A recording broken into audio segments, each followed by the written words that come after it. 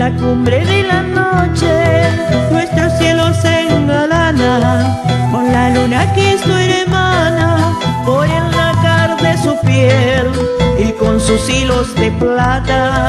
Vengo a tejerte mis rimas por su rosa purpurina que me niega aún su miel. Mi corazón entre llamas te visita con el trino de tu zarza al peregrino del amor en el altar, y sollozan la guaranía que es plegaria de mi pecho en un vuelo hacia tu lecho por tu dulce despertar.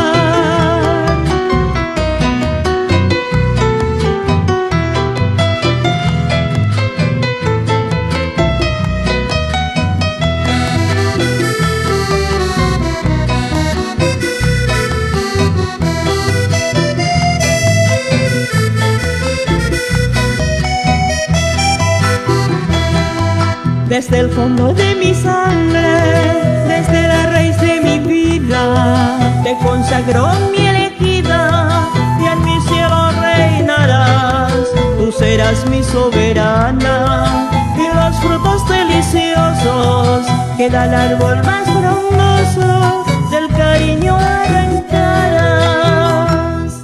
Si mi dicha no es prohibida por la nieve de tu alma, te hablará sonriente el alba de nuestra gloria sin fin.